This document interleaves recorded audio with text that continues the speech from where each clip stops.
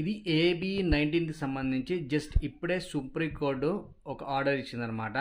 అదేంటంటే ఎవరైతే ఈ ఫైనల్ ఇయర్ కంప్లీట్ అయ్యి బార్ కౌన్సిల్లో అది ఏపీ అవ్వచ్చు, తెలంగాణ అవ్వచ్చు, ఇండియా మొత్తం ఎవరైతే ఎక్కడైతే అక్కడ ఎన్రోల్మెంట్ కోసం వెయిట్ చేస్తున్నారో, ఎన్రోల్మెంట్ కోసం అప్లై చేశారు బట్ ఇంకా ఎన్రోల్మెంట్ అవ్వలేదు, ఓత్ అవ్వలేదు, వాళ్ళు అలానే ఫైనల్ ఇయర్ ఎగ్జామ్ అయిపోయింది, ప్రొవిజనల్ సర్టిఫికేట్స్ యూనివర్సిటీ నుంచి ఇంకా రాలేదు.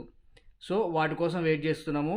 అవి వస్తే మేము కూడా ఓత్కి అప్లై చేసుకొని మాకు నెక్స్ట్ మేము ఏబీ రాయొచ్చు అని చెప్పేసి మాకు టైం వేస్ట్ అవుతుంది అనుకున్న వాళ్ళు ఇద్దరు, ఈ 2 కేటగిరీకి సంబంధించిన స్టూడెంట్స్ ఇప్పుడు ఏబీ 19 రాయడానికి ఇప్పుడేనండి, ఇంకా 60 డేస్లో ఎగ్జామ్ ఉంది. ఈవినింగ్కి ఎలిజిబిలిటీ క్రైటీరియాలో దాన్ని అప్డేట్ చేసి మనకు మళ్ళీ రీనోటిఫికేషన్ ఇవ్వచ్చు. సో ఎవరైతే ఓత్ కోసం అప్లై చేసుకుని ఉన్నారు, ఓత్ అవ్వలేదు, ఎన్రోల్మెంట్ నెంబర్ రాలేదు, అలాగే ఎవరైతే ఎగ్జామ్స్ ఫినిష్ చేశారు, మీరు పాస్ అవుతారని మీకు నమ్మకం ఉంది, మీకు తెలుసు, బట్ ప్రొవిజనల్ సర్టిఫికేట్స్ కోసం వెయిట్ చేస్తున్నారు, ఎన్రోల్మెంట్ చేయించుకోవడానికి, ఎన్రోల్మెంట్ అప్లై చేయడానికి అన్న వాళ్ళు ఇప్పుడు ఏఐబీ 19కి ప్రిపేర్ అయ్యి మీరు ఏఐబీ 19 ఎగ్జామ్ రాయొచ్చు.